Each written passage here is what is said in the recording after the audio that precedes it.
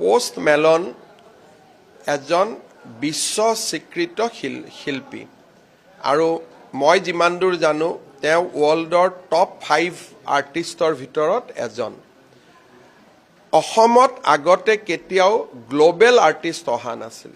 যাৰ নেকি যিখন আজি যেনেকৈ অসমত পোষ্ট মেলনে পাৰফৰ্ম কৰিব আমেৰিকা ইউকে মানে পৃথিৱীৰ সকলো ৰাষ্ট্ৰতে আজি অহাকালি ইয়াৰ বিষয়ে সৰু নিউজ এটা হ'লে ওলাব সব জায়গাতে এটা হলেও যিমান মিউজিক চ্যানেল আছে মিউজিক পেজ আছে তাত অকণমান হলেও গুৱাহাটীৰ নামটো ওলাব যে পোষ্ট মেলনে আজি গুৱাহাটীত পাৰফৰ্ম কৰিছে আজি গুৱাহাটীত এই পাৰফৰ্মেন্স চাবৰ কাৰণে আমেৰিকা ইংলেণ্ডৰ পৰা মানুহ আহিছে হোটেলবিলাক আজি 100% বুক হৈ আছে ই ইকনমিটো সহায় কৰে আৰু অসম চৰকাৰেও ইয়াত কোনো আৰ্থিক অৰিহণা যোগোৱা নাই কিছুমানে লিখি আছে 30 কোটি দিছে 20 কোটি দিছে অসম চৰকাৰে 1 টকাও আমি আগবঢ়াব নালাগে যদিও মই 1 কোটি টকা থৈছো কিবা কাৰণত দিব লাগে বুলি কিন্তু মই চেষ্টা কৰিম যাতে সেইটোও দিব নালাগে মানে আমাৰ যাতে কোনো এক্সপেন্ডিচাৰ নাথাকে তেখেতে আহি ইয়াত পাৰফৰ্ম কৰাৰ লগে লগে ইমান দিন যেটো শিলঙৰ এডভান্টেজ আছিল আমাৰ ইয়াৰ লৰা ছোৱালী শিলঙত গৈছিল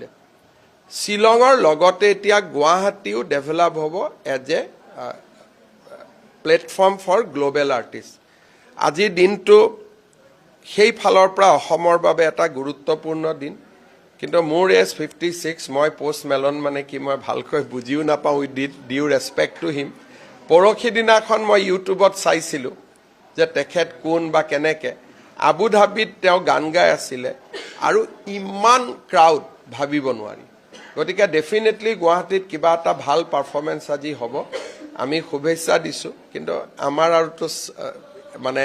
তেনেকুৱা চোৱাৰ কাৰণে আমাৰ বয়সো নাই গতিকে আমি চাব না যাওঁ কিন্তু বাকি আমাৰ ইয়ং জেনাৰেশনৰ লৰা ছোৱালী আজি ডেফিনেটলি যাব অসমত অলপ পজিটিভিটি হক ইতিবাচক চিন্তা হক মানুহবিলাক সবৰ মাইন্ড বিলাকত ফ্ৰেশনেস হক পোষ্ট মেলন শোটো ভাল কৰি হৈ যাওক আমি তাকে কামনা কৰিম সামাজিক মাধ্যমত বহুতে পোষ্ট মেলনৰ আগমনক লৈ তেওঁলোকে যদি পোষ্ট মেলনক লৈ তেওঁলোকে বিৰোধ কৰে কেতিয়াবা অংগৰাগ পাপন মহন্ত আমেৰিকাত গলে মানুহে অংগৰাগ পাপন মহন্তক বিৰোধিতা কৰিব ভূপেন হাজৰিকাই কি গান গাইছিল ভলগাৰ পৰা গংগালৈ